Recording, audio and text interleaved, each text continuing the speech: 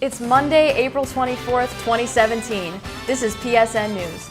Penn State will now lead the nation in child maltreatment research. We have all the details coming up next. We'll also bring you the latest updates about Greek life at Penn State. Stay tuned.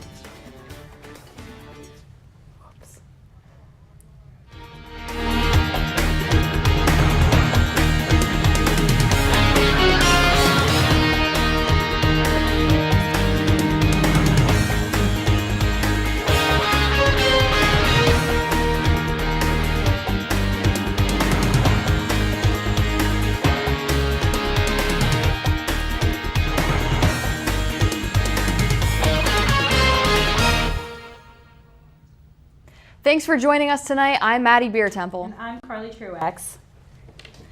Penn State has received a grant to establish the Center for Healthy Children, allowing for child maltreatment research and training. The $7.7 million grant was given by the Eunice Kennedy Shriver National Institute of Child Health and Human Development. It will be received over 5 years, with the university also contributing $3.4 million. The purpose of the center will be to find solutions for improving how the child welfare system supports families. The center will emphasize research targeted at detecting and preventing child abuse. It will also train scientists and advocates, according to a Penn State news release. Penn State suspended the Sigma Alpha Mu fraternity chapter on Thursday. The news comes after Sigma Alpha Mu violated regulations during Parents' Weekend on April 1st. A party was held the day after the university imposed sanctions limiting Greek life. According to Penn State News, the chapter will be suspended for at least 2 years. The violations included excessive drinking involving hard liquor and a lack of third-party servers. Vice President Damon Sims said the fraternity violated every rule that was imposed. The Beta Theta Pi fraternity has already lost its official university recognition following the death of sophomore Timothy Piazza. The College of Communications has been renamed the Donald P. Belisario College of Communications following a $30 million gift from the Penn State alumnus on Friday. Belisario is known for his role as writer, producer, and director of shows like Magnum PI, Quantum Leap, and NCIS. The donation is meant to support communications students and faculty, as well as establish a new media center in the Willard Building. According to a Penn State news release, the center will house state-of-the-art TV studios and digital media agencies, among other facilities. The renovation, which the university will also invest in, is expected to begin in 2018. This year's Great Debate will feature former Maryland Governor Martin O'Malley and former New Hampshire Senator Kelly Ayotte. The event is hosted by the College of Republicans and College Democrats. It will be moderated by the McCourtney Institute for Democracy. The IFC Pan-Hellenic Council, College of Liberal Arts, Schreier's Honors College, and other university organizations are sponsoring the annual tradition. The Great Debate will be held on April 26th in 100 Thomas Building at 8 p.m. Tickets are free and can be picked up at the hub or at the door at the day of the debate. We'll have your State College weather forecast after the break. Don't go anywhere. From the students of Penn State Meteorology, here is your Penn State Campus Weather Service forecast.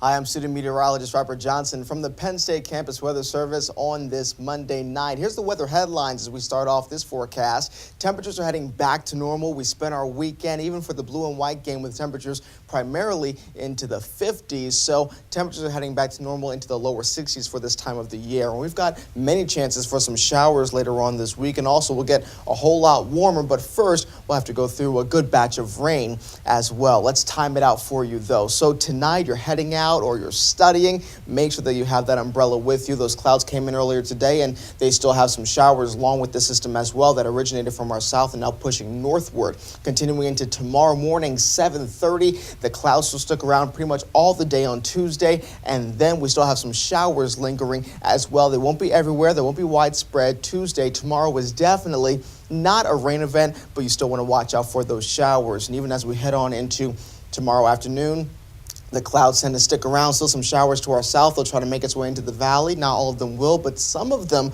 will be around the area. Keep that umbrella handy not only tonight, but for tomorrow as well. Your forecast for tonight, though, a low temperature of 47 degrees overnight tonight, mostly cloudy skies, easterly winds 5 to 10 miles per hour. We don't usually get easterly winds around this time of the year in this part of the area. And then for tomorrow, a high temperature of 59 degrees, much cooler than we saw today when we were into the 60s. Showers lingering around. Otherwise, just an overcast sky for the day. Winds remain easterly, 5 to 10 miles per hour. Here's your 7-day forecast from the Penn State Campus Weather Service. Again, for tomorrow, 59 and some showers. For Wednesday, partly cloudy skies, up to 73 degrees, looking really beautiful for our Wednesday. And then for Thursday, a chance of showers pushing through the region at 76 degrees. We still can't rule out the possibility of some showers. Friday, 71, mostly cloudy skies. I think will remain dry for our Friday. And then both Saturday and Sunday, we are warmer into the mid to upper 70s, possibly even reaching 80 this weekend. However, we still can't rule out the possibility of some showers and thunderstorms. From the Penn State Campus Weather Service, I'm Robert Johnson. Sports is next on PSN News.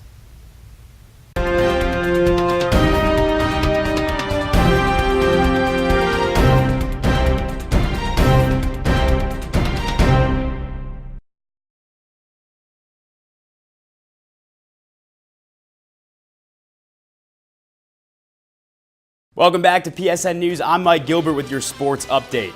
Over 71,000 fans showed up to catch their first glimpse of the defending Big Ten champions, and those are just the fans who made it into the stadium on Saturday. Many fans definitely left feeling optimistic after the offense shined, and the future was definitely on display as backup quarterback and heir apparent to Trace McSorley, Tommy Stevens, threw for 17 completions and 3 touchdowns. Talented safety Jarvis Miller also has been slotted in at linebacker for the upcoming season. The first game, of course, set for August 2nd against Akron. That's in Beaver Stadium. During a busy weekend for all of Penn State's spring sports, the men's volleyball team able to take down St. Francis to win their 30th EIVA tournament title on Saturday and took home the conference's automatic NCAA tournament bid in the process. Now, Mark Pavlik's 5th-seeded team will take on 4th-seeded Hawaii in the second of 2 play-in matches on Tuesday, May 2nd. Unfortunately for Pavlik and his team, those games not in Hawaii. The winner moves on to face a familiar foe for Nittany Lions fans, the Ohio State Buckeyes, in the NCAA National Semifinals. The greatest day of the year for Jets fans, Browns fans, Jags fans, and the like is coming up on Thursday, day 1 of the 2017 NFL Draft. It almost seems like a foregone conclusion that the Browns are going to take uber-talented edge rusher Myles Garrett out of Texas A&M with the #1 overall pick. But legendary defensive lineman Warren Sapp doesn't believe that's the right move. Sapp said he doesn't see the fire on Garrett's game tape and compared him to a former Penn Stater who busted out after getting drafted 1st overall. That's Courtney Brown, calling Garrett worse than Brown. Ouch. If the Browns don't want him anymore, I wouldn't be mad if the Jets landed Garrett. Just saying. That's it for sports. Thanks for watching PSN News all year. It's been a lot of fun, but as a senior, I'm looking forward to retiring, living out my golden years on some golf course somewhere. Should be a lot of fun. More news from the desk right after this. Welcome back to PSN News. Tonight we have with us the 2017 Public Relations Director, Marielle Vervalli, and Matt Monahan, the Pride Events Director. Hi. How are you guys doing tonight? Good, how are you? So, from my understanding, the homecoming logo was just revealed at Blue and White game this weekend. Can you tell us a little bit about the logo and how it was chosen? So each year the Homecoming Executive Committee comes together and we select the logo from 20 submissions that we get from the junior graphic design class here at Penn State. So it's a really great way to see how students interpret the design, and we select the one that fits our theme the best. That's really interesting. So what's the significance behind this new logo for 2017? So like I said, the logo represents our theme that we revealed back in February. So our 2017 theme is Embrace the Journey, Roar with Pride. And as you can see with the logo, we have the classic Nittany Lion with his welcoming, pump up the crowd stance. And it's really, when we picked it, we just really saw that pride come through, and we're really happy with it. Yeah, I think that logo is so unique this year. I'm really excited for 2017 homecoming, as I'll be back in the fall. So the homecoming legacy celebration is set for Wednesday in the Hub. Can you tell us a little bit about how that event's going to be held? Yeah, so the Legacy Celebration is from 11 a.m. to 3 p.m. on the first floor and ground floor of the hub. We'll be having student performers, music playing, games, a DJ, just a big float that you can pomp the letters FTG. We'll also be announcing our honorary Grand Marshal, so it'll be a lot of fun. Okay, wow, that's some exciting stuff to look forward to. Can you also walk us through a little bit about the process for homecoming, like when you start planning the event for 2017, for instance, this year, like when did you guys start putting everything together? So homecoming is a year-round event. So our new executive committee gets chosen in November, and really the planning starts then. As soon as we get back from winter break, we select our captains, and then later on in the year, the committee members, and we hold events all year round.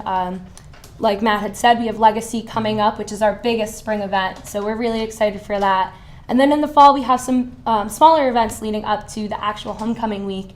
And then homecoming week, which is just jam-packed with a lot of events for students as well as community members to come out, get to know each other, really connect, and celebrate the university that we all call home.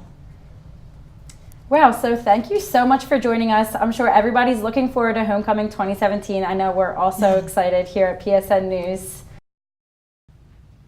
President Donald Trump signed 3 executive actions on Friday. The first was an executive order aimed at tax simplification, requiring the Treasury Secretary to review regulations to determine their necessity. Treasury Secretary Steve Mnuchin will then have 150 days to advise the president.